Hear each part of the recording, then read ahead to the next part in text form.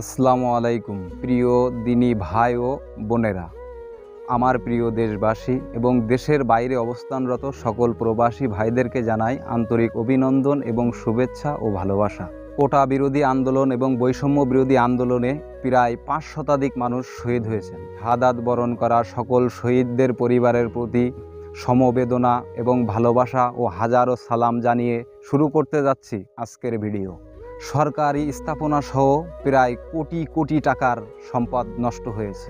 এর দায়ভার আজকে বাংলাদেশ সরকার জামাত বিএনপির কাঁধের উপরে চাপিয়ে দিতে চাচ্ছে। শতাব্দীর শ্রেষ্ঠ মিথ্যাচার হিসেবে আবারও তারা জাতির সামনে উপস্থিত হয়েছেন। 7ই জানুয়ারির নির্বাচনের আগে আমরা দেখেছিলাম রাজধানীর তেজগাঁয়ে এসি ট্রেনে অগ্নিসংযোগ। পাশাপাশি সমস্ত তথ্য মিলিয়ে শেষ পর্যন্ত দেখা যায় এই অগ্নিকাণ্ডের সাথে জড়িত ছিল রাষ্ট্রীয় পক্ষের মানুষ এবং সরকারি কর্মকর্তা এবং কর্মচারীরা। কোটা বিরোধী এবং বৈষম্য বিরোধী আন্দোলনে যারা আন্দোলনরত অবস্থায় রাজধানী সহ দেশের বিভিন্ন প্রান্তে ছড়িয়েছিলেন তারা সবাই শিক্ষার্থী এবং ছাত্র সমাজের অন্তর্ভুক্ত ছাত্র। কোটা বিরোধী এবং বৈষম্য বিরোধী আন্দোলনে জামাত বিএনপির কোনো প্রকার কোনো হাত বা সহযোগিতা নেই, সেটা এ জাতির কাছে স্পষ্ট ক্লিয়ার হয়ে। ছাত্র সমাজ যখন তাদের অধিকারের কথা সরকারের সামনে বলতে এসেছিল এবং আন্দোলনের শুরু হয়েছিল, ঠিক তখনই সরকার তাদেরকে রাজাকার বলে আখ্যায়িত করেছিল। তখনই স্লোগান উঠেছিল, তুমি কে আমি কে, রাজাকার রাজাকার। শহীদ আবু সাঈদ ভাইকে যে সময় গুলি করা হয় তখন সে জায়গার পরিস্থিতি খুবই সুন্দর এবং ভালো ছিল। বাংলাদেশের সমস্ত মিডিয়া ওই সময় তারা নিউজ করছে, কোনো মারামারি হট্টগোল গ্যামজাম ছাড়াই শহীদ আবু সাঈদ ভাইকে গুলি করে শহীদ করে বাংলাদেশ পুলিশ। তখনই শুরু হয় সম্পূর্ণ দেশব্যাপী কঠোর আন্দোলন। এই আন্দোলন যখন শুরু হয় তখন সরকার পক্ষ আন্দোলনকে ঠেকাতে না পেরে ছাত্র সমাজের সেই আন্দোলনকে রুখে দিতে স্বৈরাচার লীগের, ছাত্রলীগের এবং যুবলীগের নেতাকর্মীরা অস্ত্র হাতে ঝাঁপিয়ে পড়ে এই ছাত্র সমাজের উপরে। তখনই রচিত হয় কলঙ্কের এক কালো অধ্যায়। জাতির কাছে এটা স্পষ্ট হয়ে উঠেছে যে এই সমস্ত অগ্নিকাণ্ড, ভাঙচুর, জ্বালাও পোড়াও রাষ্ট্রপক্ষের লোকই করেছে, এ বিষয়ে কোনো সন্দেহ নেই। বাংলাদেশ সরকারের রাষ্ট্রপ্রধান যদি ছাত্র সমাজকে রাজাকার না বলতো তাহলে হয়তোবা এই আন্দোলন এ পর্যায়ে আসতো না, এত মানুষের জান দিতে হতো না, এত মানুষ শহীদ হতো না।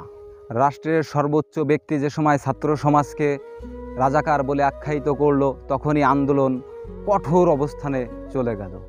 এই আন্দোলনকে রুখে দেওয়ার জন্য হেলিকপ্টার থেকে বোমা মারা হয়েছে সাধারণ মানুষের উপর। সেই বোমা হামলায় একজন বিজেপির মাথায় একটি ককটেল পড়ে তিনিও আহত হন। বাংলাদেশে বৃষ্টির মৌসুমে যদি আকাশে বিদ্যুৎ চমকায় তখনও কিন্তু আওয়ামী লীগের একটা শ্রেণীর মানুষ বলে উঠে এই কাজটি করেছে জামাত বিএনপির লোকেরা। তাঁরই ধারাবাহিকতায় সমস্ত দোষ জামাত বিএনপির ঘাড়ের উপরে চাপিয়ে দেওয়া হচ্ছে। জাতির কাছে আজকে স্পষ্ট ক্লিয়ার, কোনোভাবেই এই দায়ভার জামাত বিএনপির কাঁধে দেওয়া যাবে না এবং দিলেও তারা নেবে না। এত ভাঙচুর, এত অগ্নিসংযোগ, এত জ্বালাও পোড়াও যা কিছু হয়েছে তার দায়ভার একমাত্র রাষ্ট্র পরিচালনাকারী ব্যক্তিদেরকেই নিতে হবে। সমগ্র দেশব্যাপী জামাত বিএনপির নেতাকর্মীদের উপরে গুম, হত্যা, নৃশংসতা আবারও শুরু করেছে এই আওয়ামী স্বৈরাচার সরকার। অনতিবিলম্বে এই গ্রেপ্তার এবং এই গণহত্যা এবং ছাত্রদের অধিকার মেনে নেওয়ার জোর দাবি জানাচ্ছি বাংলাদেশের একজন সাধারণ মানুষ হিসেবে। এমন অবস্থায় পাওয়ারফুলি যতগুলো দেশ রয়েছেন পৃথিবীতে এবং যারা মানুষের পক্ষে কাজ করতে চান, দাঁড়াতে চান, তাদেরকে এখনই সময় বাংলাদেশের এই গণমানুষের পক্ষে দাঁড়ানো এবং তীব্র প্রতিবাদ জানানো। সম্মানিত দিনী ভাই ও বোনেরা, যে যেখান থেকে আমার এই ভিডিওটি দেখছেন, আশা করি ভিডিওটি জাতির কল্যাণে সর্বত্র ছড়িয়ে দিবেন, শেয়ার করবেন ইনশাআল্লাহ। এতক্ষণ আপনাদের সাথে ছিলাম আমি মোহাম্মদ সেলিম হোসেন বুলু, আপনাদেরই ভাই। সকলের প্রতি দোয়া ও ভালোবাসা রেখে আজকের ভিডিও থেকে বিদায় নিচ্ছি। দেখা হবে পরবর্তী কোনো ভিডিওতে।